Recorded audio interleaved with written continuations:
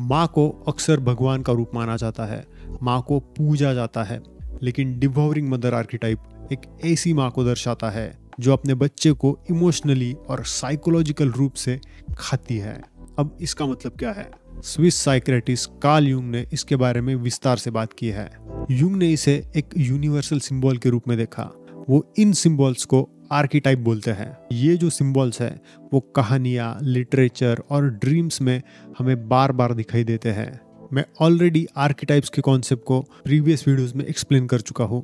उन वीडियोस का लिंक मैं आपको डिस्क्रिप्शन में दे दूंगा, तो आप उन वीडियोस को देख के आर्किटाइप्स और कार्ल युंग की फिलोसफी के बारे में और ज़्यादा जानकारी पा सकते हैं। ऑलमोस्ट हर माँ अपने बच्चे से प्यार करती है और माँ के प्यार को इनोसेंट, प्योर और सेल्फलेस टाइप का लव कहा जाता है। माँ के प्यार के ऊपर कविताएं लिखी गई है, लेकिन प्रॉब्लम तब हो जाता है जब ये प्यार हद से ज़्यादा बढ़ता है। तब ये लव सेल्फलेस ना रहकर सेल्फिश बन जाता है। ये अति प्रेम बच्चे को माँ के ऊपर हद से ज्यादा डिपेंडेंट बना देता है और इस वजह से बच्चे की फ्रीडम लिमिट होती है और इसका इम्पैक्ट बच्चे पर साइकोलॉजिकली होता है। जब बच्चा थोड़ी भी आज़ादी पाता है तो वो अंदर ही अंदर गिल्ट महसूस करने लगता है और ये बिहेवियर सिर्फ बचपन तक सीमित नहीं रहता। जब बच्चा बड़ा भी हो जाता है तभी भी ये कंट्रोलिंग बिहेवियर खत्म नहीं होता। जो पैटर्न बच्चे के बचपन में स्टार्ट हुआ था वो पैटर्न उसके जवानी में भी रिपीट होता रहता है और उस बच्चे को इस पैटर्न से ब्रेकआउट करना मुश्किल हो जाता है। ऐसी माँ पूरी तरीके से बच्चे को अपनी दुनिया में खींच लेती है और इसकी वजह से बच्चा स्वतंत्र तरीके से अपनी पहचान बनाने में असमर्थ हो जाता है। ये चीज़ बच्चे की मेंटल हेल्थ और उसके बाकी लोगों से जो रिलेशंस है उस पर भी असर डालती है। ये आर्किटाइप उस माँ को दर्शाता है जो माँ अपने बच्चे को हद से ज़्यादा प्यार और सिक्योरिटी देती है। इसी प्यार की वजह से बच्चा स्वतंत्र तरीके से अपना अस्तित्व नहीं बना पाता, वो आत्मनिर्भर नहीं बन पाता और हमेशा वो दूसरों के ऊपर डिपेंडेंट रहता है। ये माँ बच्चे को दुनिया से पूरी तरीके से बचाने की कोशिश करती है, उसकी बहुत ज़्यादा देखभाल करती है और उसका बहुत ज़्यादा ख्याल रखती है और इसी देखभाल की वजह से बच्चा अपने आप को अच्छी तरीके से एक्सप्रेस नहीं कर पाता। एक बात मैं यहाँ पे क्लियर करना चाहता हूँ कि हम यहाँ पे बिगड़े हुए स्पॉइल्ड ब्रैट की बात नहीं कर रहे।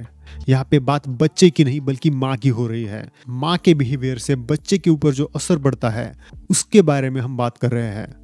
डिवोरिंग मदर सेल्फलेस और सेल्फिश लव के बीच में डिफरेंशिएट नहीं कर पाती।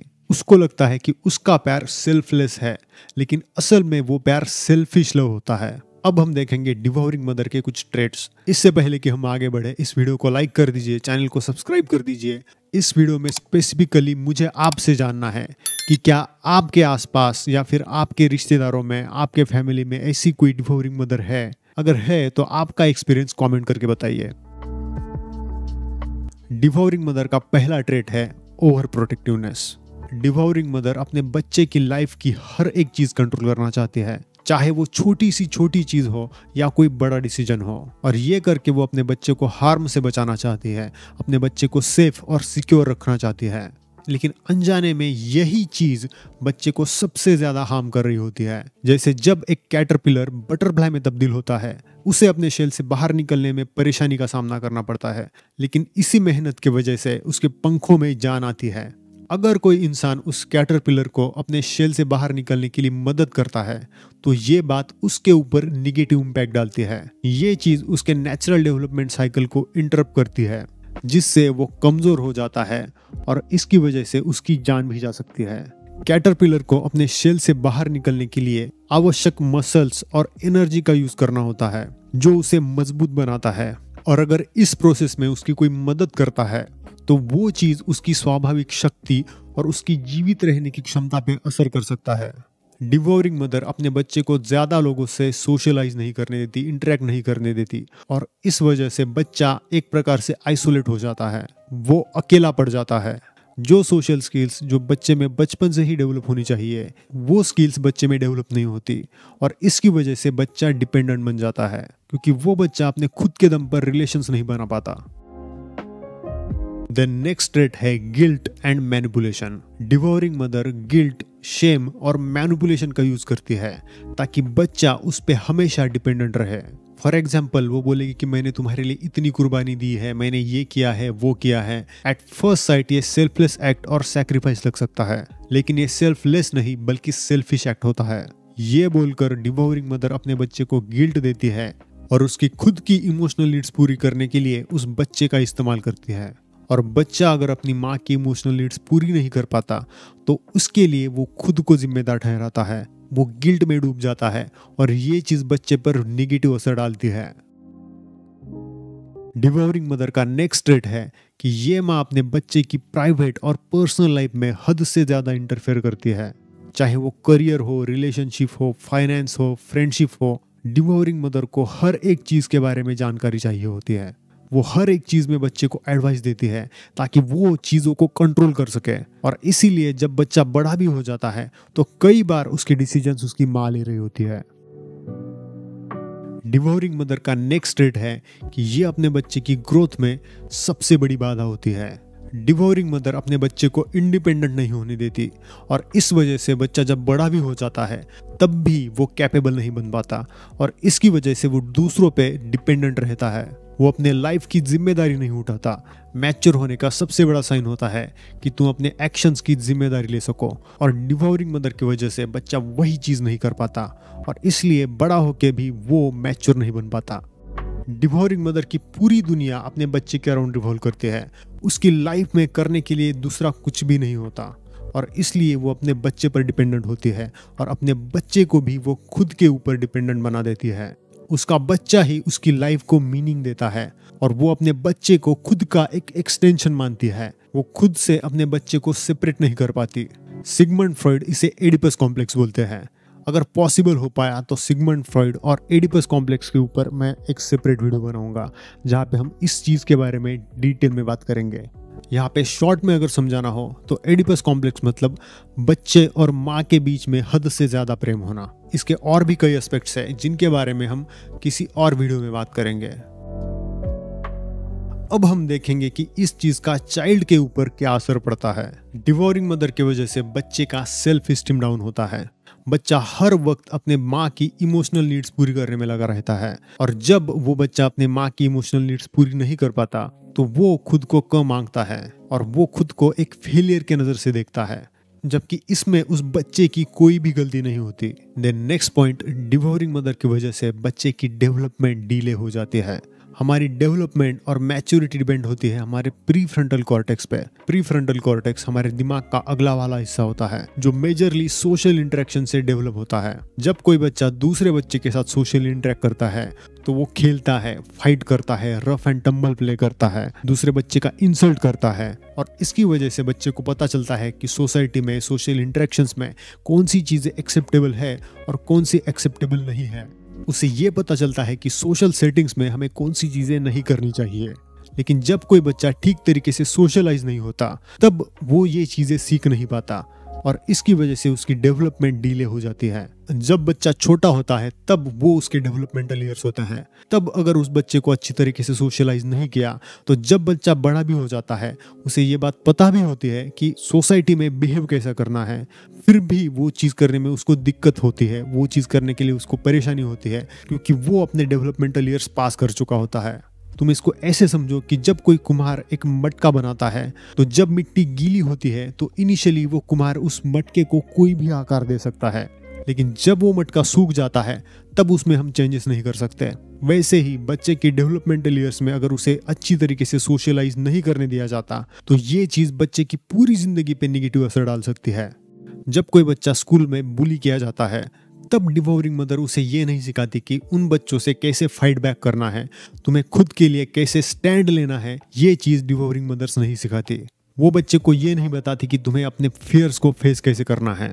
इंस्टेड वो मदर स्कूल जाएगी और प्रिंसिपल और टीचर्स के पास उन बुलीज की कंप्लेंट करेगी। इन केसेस में बच्चे की ग्रोथ अच्छी तरीके से नहीं हो पाती। इस बिहेवियर की वजह से बच्चे को ADHD की रिस्क बढ़ जाती है, मतलब उसे अटेंशन पे करने में दिक्कत हो सकती है। वो अपने इम्पल्सिव बिहेवियर्स को कंट्रोल नहीं कर पाएगा और वो ओवरली एक्टिव भी हो सकता है। ADHD का one of the major causes है डेवलपमेंटल ईयर्स में बच्चे का अच्छी तरीके से सोशलाइज न हो पाना और डिवोरिंग मदर की वजह से ये चीज़ होने की प्रोबेबिलिटी बढ़ जाती है। देन नेक्स्ट थिंग, जैसे कि हमने पहले बात करी थी, डिवोरिंग मदर की वजह से बच्चा हद से ज़्यादा डिपेंडेंट हो जाता है। वो खुद से अपने डिसीजंस नहीं ले पाता और उसे बाउंड्री सेट करने में प्रॉब्लम्स होती है। और इसकी वजह से बड़े होकर वो हेल्दी रिलेशनशिप मेंटेन करने में भी स्ट्रगल करता है। देन नेक्स्ट थिंग, वक्त के साथ साथ बच्चा इस कंट्रोलिंग बिहेवियर से नफरत करने लगता है और ये नफरत सिर्फ कंट्रोलिंग बिहेवियर तक सीमित नहीं रहती, वो कहीं ना कहीं अपने माँ के ऊपर भी डायरेक्ट हो जाती है और इनडायरेक्टली बच्चा अपनी माँ को भी नापसंद करने लगता है। और ये चीज़ होना तब शुरू होती है जब उस बच्चे को रियलाइज होता है कि अब मेरी फ्रीडम कर्व हो रही है, मैं अब अपने आप से डिसीजंस नहीं ले पा रहा, तब वो बच्चा रिसेंटफुल हो जाता है। देन डिवोरिंग मदर की वजह से बच्चे को डीप साइकोलॉजिकल इश्यूज हो सकते हैं, उसको सेल्फ आइडेंटिटी, ऑटोनॉमी और हेल्दी अडल्ट रिलेशनशिप फॉर्म करने में दिक्कत हो सकती है। और ऐसे बच्चों को अपनी बाउंड्रीज डिफाइन करने के लिए और सेल्फ स्टीम डेवलप करने के लिए थेरेपी की जरूरत पड़ सकती है। अब हम देखेंगे कि डिवोरिंग मदर से हम कैसे डील कर सकते हैं। सबसे पहली और सबसे इंपॉर्टेंट चीज, आपको अपनी पर्सनल बाउंड्रीज को आइडेंटिफाई करना होगा और उन्हें मजबूती के साथ स्थापित करना होगा। डिवोरिंग मदर अक्सर अपनी बाउंड्रीज क्रॉस कर जाती है, इसलिए क्लियरली आपको ये चीज दिखानी होगी कि आप कौन हैं और आपकी जरूरतें क्या है। डिवोरिंग मदर के लिए आपको एक डिमार्केशन लाइन ड्रॉ करनी पड़ेगी कि इस लाइन के आगे तुम नहीं जाओगी, ये मेरी पर्सनल स्पेस है। फॉर एग्जाम्पल, अगर तुम्हारी माँ बार बार तुम्हारे पर्सनल स्पेस में, तुम्हारी पर्सनल जिंदगी में हस्तक्षेप कर रही है, तो आपको शांतिपूर्वक कॉन्फिडेंटली उसे बताना होगा कि ये बिहेवियर अनएक्सेप्टेबल है और तुम्हें क्लियरली ये असर्ट करना होगा कि तुम ये चीजें नहीं कर सकती, तुम ये बाउंड्रीज क्रॉस नहीं कर सकती। कभी कभी इसका मतलब है कि तुम्हारे अपनी माँ के साथ जो कॉन्वर्सेशन है, जो बातचीत होती है, वो तुम्हें कम करनी पड़ेगी ताकि तुम्हारे माँ का तुम्हारे ऊपर जो कंट्रोल है वो कम हो सके। Then next thing, devouring mother के प्रभाव से बचने के लिए तुम्हें इंडिपेंडेंट होना पड़ेगा, तुम्हें स्वतंत्र रूप से कदम उठाना पड़ेगा। इसका मतलब तुम्हें अपने डिसीजंस खुद लेने होंगे, तुम्हें अपने जीवन की दिशा खुद तय करनी होगी और तुम्हें अपनी प्रायोरिटीज को अपने माँ से पहले रखना होगा। ये चीज करना तुम छोटे छोटे निर्णयों से शुरू कर सकते हो। फॉर एग्जाम्पल, नौकरी में या तुम्हारे रिलेशनशिप्स में तुम्हारे माँ की एडवाइस न लेना और खुद से इस चीज का फैसला करना कि तुम्हें कहाँ नौकरी करनी है, कौन सी नौकरी करनी है, तुम्हारा पार्टनर कैसा होना चाहिए, इन चीजों की जिम्मेदारी खुद उठाना। ये चीज करके तुम धीरे धीरे इंडिपेंडेंस की ओर बढ़ सकते हो और जब तुम इंडिपेंडेंट हो जाओगे तुम नेचुरली कॉन्फिडेंट फील करने लग जाओगे। डिवोरिंग मदर अक्सर अपने बच्चे में गिल्ट या शेम का निर्माण करती है, खासकर तब जब बच्चा उसकी इच्छा के खिलाफ जाता है। तुम्हें ये बात समझनी होगी कि डिवोरिंग मदर ये चीज इसलिए कर रही है ताकि तुम इंडिपेंडेंट ना बन सको। ये गिल्ट, ये शेम तुम्हारी ही फ्रीडम कर्व कर रही होती है। तुम सिर्फ उस चीज के लिए जिम्मेदार हो जो तुमने करी है या कही है। तुम्हें यह समझना होगा कि दूसरों के इमोशंस की जिम्मेदारी तुम नहीं उठा सकते। तुम्हारे हाथ में सिर्फ तुम्हारी एक्शंस है, ना कि दूसरों के इमोशंस। देन नेक्स्ट थिंग जो तुम कर सकते हो वो है थेरेपी सीख करना। एक थेरेपिस्ट या काउंसलर के साथ काम करके आपको खुद को समझने में या अपने माँ का प्रभाव कम करने में मदद मिल सकती है। एक प्रोफेशनल की मदद से आप अपने बचपन के अनुभवों को परख सकते हो और अपनी कॉम्प्लेक्स फीलिंग्स को पहचान सकते हो जो आपने बचपन से दबा के रखी हुई थी। थेरेपी में तुम ये चीज सीख सकते हो कि कैसे तुम्हें बाउंड्रीज ड्रॉ करनी है, कैसे तुम्हें खुद को स्वीकारना है और लाइफ को कैसे अपनी प्रायोरिटीज और इच्छा के अनुसार जीने की शुरुआत करनी है। देन नेक्स्ट थिंग जो तुम कर सकते हो वो है अपने रिलेशनशिप्स को रीइवैल्यूएट करना। डिवोरिंग मदर का इन्फ्लुएंस बाकी रिश्तों पर भी असर डालता है। अगर आपको लगता है कि अपनी माँ की वजह से आप बाकी लोगों के साथ भी रिलेशनशिप्स डेवलप नहीं कर पा रहे हैं, तो आपको जिंदगी में उन लोगों को शामिल करना होगा जो आपको आगे बढ़ने में मदद करें, जिन लोगों की वजह से आप आत्मनिर्भर बन सको। अगर आपको इंडिपेंडेंट बनना है, आत्मनिर्भर बनना है और अगर आपको मानसिक शांति चाहिए, तो आपको ऐसे लोगों की साथ छोड़नी होगी जो आपकी लाइफ में निगेटिव इन्फ्लुएंस है और जो आपकी लाइफ को कंट्रोल करना चाह रहे हो, जो आपकी फ्रीडम छीनना चाह रहे हो। ऐसे लोगों को आपको दूर रखना होगा। डिवोरिंग मदर आर्किटाइप से निपटना मुश्किल हो सकता है, लेकिन ये चीज मुमकिन है। आपको अपनी बाउंड्रीज डिफाइन करनी होगी, आपको अपने डिसीजंस खुद लेने होंगे और आपको अपनी सेल्फ स्टीम को बढ़ावा देना होगा। ये चीजें करके धीरे धीरे आप अपनी लाइफ का कंट्रोल अपने हाथ में पाओगे और आप स्वतंत्र तरीके से आपकी माँ के इन्फ्लुएंस के बगैर जी पाओगे। माँ का प्यार जरूरी है, लेकिन अपने बच्चे की स्वतंत्रता और आत्मनिर्भरता से भी समझौता नहीं करना चाहिए। जब किसी बच्चे को फ्रीडम मिलती है तो वो अपने आप को और सोसाइटी को भी अच्छी तरीके से समझ पाता है और उसकी वजह से उसका कॉन्फिडेंस डेवलप होता है। ये आर्केटाइप हमें बताता है कि बच्चों को सुरक्षा देना इम्पोर्टेंट है, लेकिन साथ ही उस बच्चे को अपनी खुद की जिंदगी बनाने का भी अवसर मिलना चाहिए। अगर आप यहाँ तक वीडियो देख रहे हो तो आई विल रिपीट, मुझे इस वीडियो पे आपके ओपिनियंस चाहिए। आप इस टॉपिक के बारे में क्या सोचते हो? आप अग्री करते हो, डिसअग्री करते हो? आपके क्या एक्सपीरियंसेस है, मुझे कमेंट्स में जानना है। सो कमेंट कीजिए आपके एक्सपीरियंसेस, आपका ओपिनियन, और मैं आपको मिलता हूँ नेक्स्ट वीडियो में।